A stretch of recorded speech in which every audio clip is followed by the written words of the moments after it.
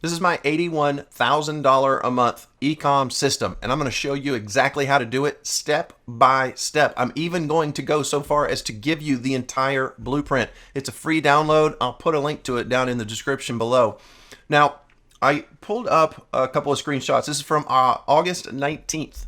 This is just 2 days ago that I took this screenshot, and at that point we had done $1,284, $2,500 almost the day before, and $3,300 and change that day last week. Also, for the month, this is from August 1st to August 19th when I took this screenshot, we had done $51,000 at that point. In August last month, we did $81,000 a month. And to finish it off, our year to date on this one Amazon account is $685,793.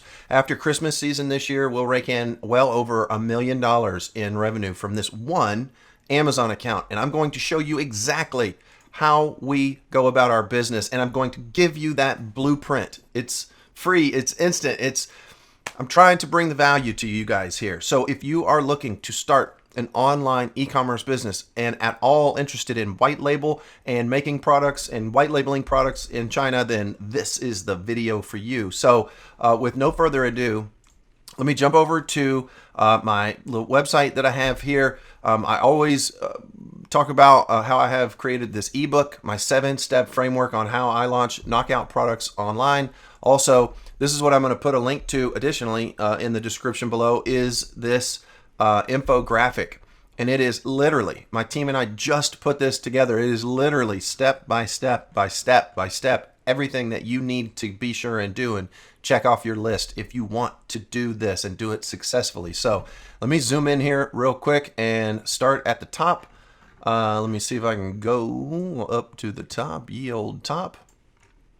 And Amazon white label. Now, I'm just going to kind of hit the highlights because I'm going to let you download this and read through it. But you want to start by researching your product. Now, I did a complete video on this exact thing. Let me jump back over to this tab. I'm on the video tab of my YouTube channel. And if you go down to the bottom, I did a video right here 9 months ago.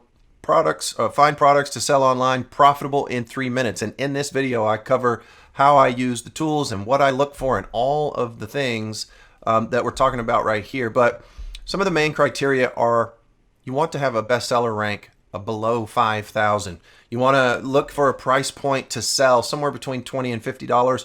A little north of that is okay, but if you start to get well north of that, you're gonna have a longer sales cycle. People are going to do more research and things like this. This price point range is something that people just kind of knee jerk into. If you got good reviews, good product listing, and all the things, then people will just click buy, and you will benefit from that. You also want to make sure that your products that you're looking for in your niche are small and lightweight, and that saves on freight and your Amazon storage fees when you FBA. You want to look at all of your competitors' reviews. You want to really comb through the negative reviews and see if there are any kind of improvements that people are wishing for. Hey, I wish this had a handle up here, or I wish that it made this certain noise when the bell rang, or something. Whatever the case may be, if enough people are asking for it, then you can modify your product to be even better than your competitors. Also, you want to keep in mind that you are going to think about branding this product. You want to create a brand image, and you want to make sure that there's going to be enough accessories and similar type of products in your brand so that you can make more money. You want to be able to upsell your current customers on your core product to these other products. So take a look at that video, and I'll go into that in more detail. Finding suppliers is super critical. Alibaba.com, it is not AliExpress, it's Alibaba.com is one of the largest source of suppliers, and we still use it every day. We have an office in China. I know that right now we're having a little bit of a tiff with our current president and China, but I'm sure that we will get past that because ideally we're all grown-ups, and I don't know, probably not. Anyways, you want to do your research and build up your list, and then you want to make sure when you make that initial contact that you sound like a big company and not just an individual sitting at home. Now, I did, again, back here, Product suppliers. Looks like the very first video that I ever uploaded on YouTube, I did a video on product suppliers. Don't laugh, because I have gotten much better in front of a camera than I was back then, but the information is still super sound. Again, if you look at it, promise me you won't laugh. So moving down the line here, you want to build that relationship with your supplier so that you can get past MOQs, which are minimum order quantities. You want to be courteous and accurate, present yourself as a professional, get price quotes, catalog, blah, blah, blah. So a lot of good things with that. You want to set up an international carrier account. I use UPS and FedEx. DHL is also a good one, but be sure and set up yourself an account with them so that they can bill you instead of just having one-off things and having to share your credit card and do things like that. You want to request product samples when you're getting something made, especially if it's material-based or something. If it's some sort of plastic or something that requires a dye, there's going to be upfront cost for that. But certain things you can get product samples, and then ultimately you want to just bear down and choose the best supplier that you can. So the next thing is your company brand. So you want to think about brandability. You want to, well, here's the example right on the infographic. So if you think of something like, if your niche is home and kitchen, so something like home and kitchen innovations, it might be descriptive. There are certainly some keywords in there, but it is not super brandable, like something like Pampered Chef. Pampered Chef is a type of branding name that is memorable and resonates with people. So think outside the box a little bit and think about things that are brandability, have brandability, and are sticky. You want to think about who will use your products. You want to look at competitor brands. I'm trying to read this example. Automotive tools, you want masculine, tough, design, exactly. And then ultimately use a service like 99 Designs, or even like Wix as a logo maker and things. If you are on a budget, really on a budget, and you think that you have the wherewithal to do it, you can use something like Wix Logo Maker or some other logo makers that are available out there. And then also you want to trademark your brand. I would suggest potentially putting this off for just a little bit. You can get a couple of your products up online and start to sell. And if they do start to sell and you have that sustainability power, both financially and mentally, and time availability, you want to, at that point, once you realize, I think, that your products are making some headway, that this is a real venture for you, then take the time to trademark your brand, because it's not the cheapest thing, but you do need to do it. And you want to internationally trademark your brand as well, if your funds allow. Now, again, I have done a video on this. This is private label products, protecting your brand. I go into a great detail about so many aspects, so many different things that talk about protecting your brand that are relative to that there. So product packaging. Even in that same video, I talk about how to get these stickers, stickers made up that have your brand and logo and all that stuff on it. But you want to use, when a customer receives your package, and when they open it up, sure, what's inside is super important, but have you ever ordered anything off of Amazon that came in like this crappy little white bag, this poly bag, and you think, geez, they just threw this in here and mailed it to me or whatever. The presentation is horrible, and you're pre-framing your customer's mind to be questionable about your product right out of the gate. So if you flip the script on that a little bit and you put it in a quality piece of packaging, yeah, it's going to cost more. And if it works out in your numbers that you can spend, that extra $1 per package or something along those lines, whatever it ends up being, do it. Because when you open, I'm looking on my desk, I don't have a package right here in front of me, but when you open something that has, thick cardboard packaging and it's printed really nicely, has good inserts, it really pre-frames your customer's mind that this is high quality and they will recommend it, they will buy it again, they'll open your emails. You get a lot more out of it than you put into it when you do that. Sorry for going on that rant, but these are all critical steps and all critical components. So when you go to place your initial order with your supplier, you always want to ask for, they'll always tell you that their minimum order quantity is super high, or 2,000. You want to be able to get them down to 300 or so, or 250, 300, 400, whatever. You want to be able to get them down to a manageable size for you, because you have to make sure that this thing works. The first set of products that I ever ordered, I did get the MOQ down, and luckily, because once I got the product, the quality control was off. So there were some things there with my story, but get that MOQ down. You only want to pay a 30% deposit or less if you can get away with it. They will ask for more, a lot of times 50%, but you can do as low as 30%. Logos and graphics, you want to send that to them, especially if they're packaging, printing the packaging for you and things, and then pay the balance once the freight documents are good to go. Okay, next on the list is to set up your Amazon account and your product listing. This is an exciting part of the journey, because this is when it all starts to get really real. So set up your Amazon account, do the $39 a month pro version. You want to create your listings. Again, I'm going to let you go through the minutia here. You want to select your keywords. You can use I use a little plugin, Chrome plugin called Keywords Everywhere. It is great to help me find keywords. You can Google that. Your product name. This is something that is a huge ranking factor, so be very, very thoughtful when you write it out.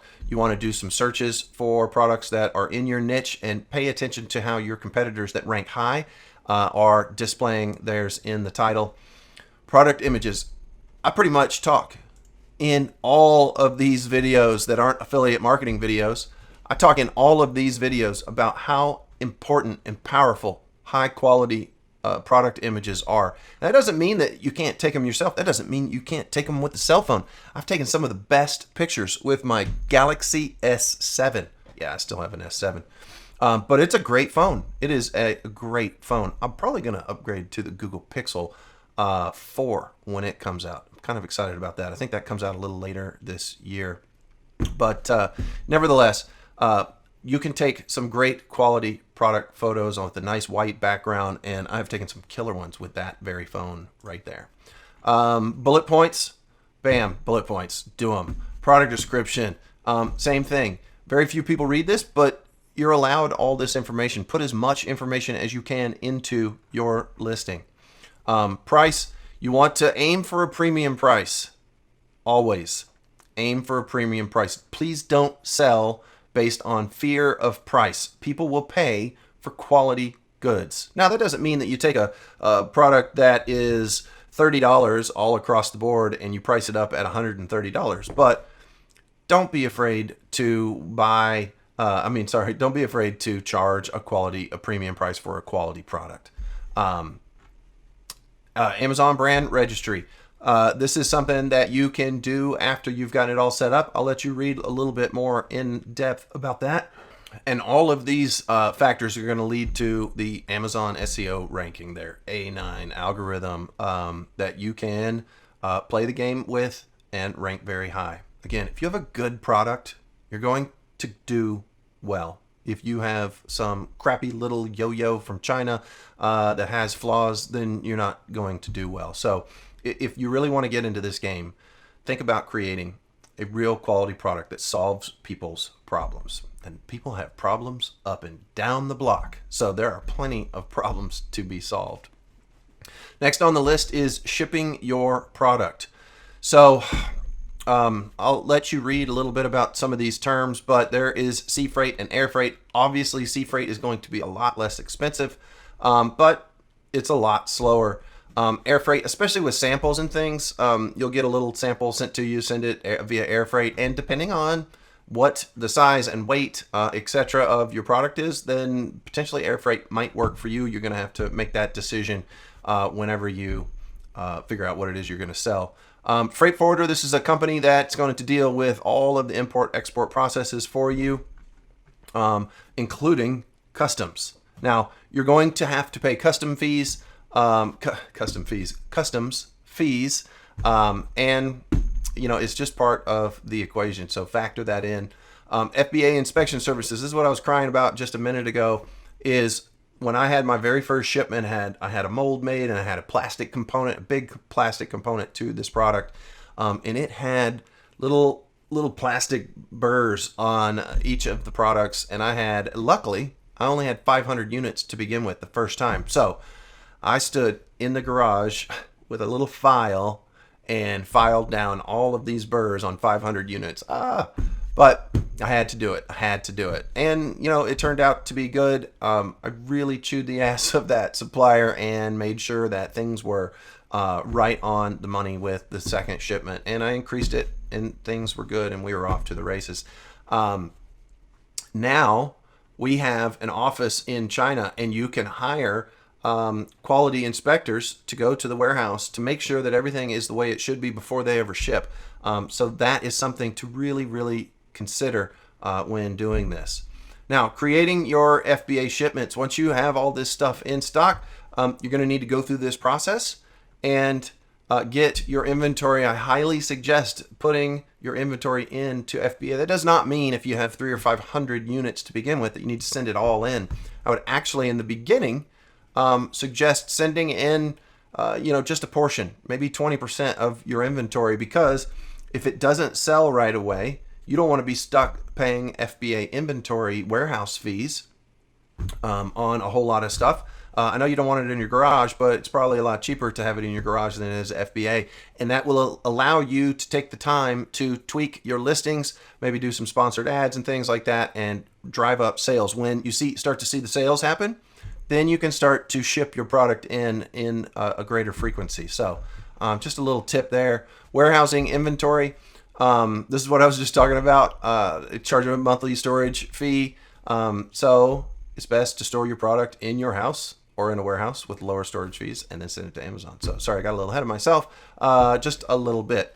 Now, there are other third-party or 3PL, known as 3PL, third-party logistics companies that will do this very thing for you. So they kind of act as an Amazon warehouse, especially if you're selling on eBay and maybe, I don't know, some of these other marketplaces and things, or Etsy and, across the board. You're able to send it to this 3PL service, and then when you make a sale, then they send it out to the customer depending on which marketplace you sell it on. So getting reviews is a massive ranking factor for your Amazon product, and probably on average, at best, you're going to get about 10% of all products that you sell, you'll get a review on. So 1 out of 10 sales, you'll get a review on. It's kind of a good little rule of thumb too. If you're just quickly looking at somebody's Amazon page, and you're like, I wonder how many sales they're making. If they have 10 reviews, then they've probably made about 100 sales. Sure, that's subject to all sorts of different factors, but it's kind of a good rule of thumb.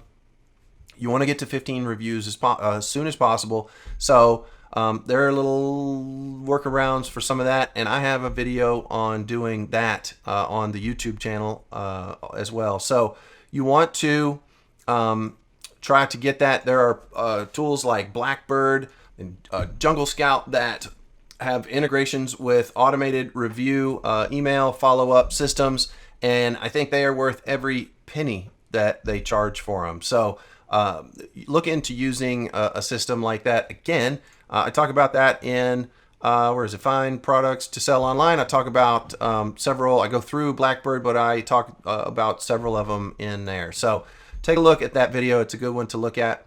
Again, remember, don't laugh because it was an early video. Promoting your product. There are several different ways to promote your product, and there are ways way beyond outside the scope of this infographic to promote your product, but there are internal promotion activities that you can do, like SEO, optimize your product page, etc. There are external promotions that you can do, coupon websites and your own website to drive traffic. You can do a lot of different things in that respect, or even using Amazon's own internal pay-per-click advertising platform. So I'll let you read through all of these things, but you're definitely going to want to, especially initially, before anybody knows who your product is or knows what your product is or has ever seen it, you're going to want to drive traffic to via a paid traffic source, because that's going to help get you a little bit of a boost. And then scaling and beyond. Ultimately, where we are today is we start at the top and we run through this whole process again. Yes, we already have suppliers in place, and yes, We already have certain resources and third-party partners and all sorts of stuff. But once you go through all of this hard stuff the first time, the second time is 100 times easier. It really is 100 times easier to do it for your second product than it was your first project. Customer loyalty programs. So you can send coupons out with your products in the packaging that have programs, coupons, all sorts of things, and this will help supercharge your sales. And then ultimately you want to sell beyond Amazon, just like I was talking about a second ago with other 3PL partners. You can also use Amazon's FBA program to send out to somebody that sells on your own website or eBay or something along those lines. You can use that, but look into doing that. Selling beyond just e-commerce. You can get your products. We have some of our products in Bed Bath & Beyond. We have some of our products in Walmart. So that really helps kind of bolster all of those sales. And then ultimately, I think the grand poobah behind this whole entire thing is potentially your ability, once you build a brand, is your ability to sell your company. If you have the infrastructure in place and all of the network and all of the pieces set up and in place, and have the brand and it's strong and you've had sales and history and everything and document everything along the way, so that you can show this to a prospective buyer, sell your company, get some dough. And then if you so choose, you can go fishing, take your company, your family on vacations, or you could start it all over again, which is essentially what we've done. Anyways, this is a whole bunch of steps on how to step-by-step set up your e-commerce white label program, your product, your brand, everything. I hope that you got some really good value out of this. It took us a long time to make this infographic. So if you did, then let me know by giving me a thumbs up on this video. And don't forget to subscribe to the channel so that you can stay up on the latest in eCom or affiliate marketing or making money online or whatever it is I talk about every single week. So as always, I will see you on the next video. Be sure to subscribe to the channel to be notified of future videos, and don't forget to like this video. Now, watch that video next. Go ahead, watch that video.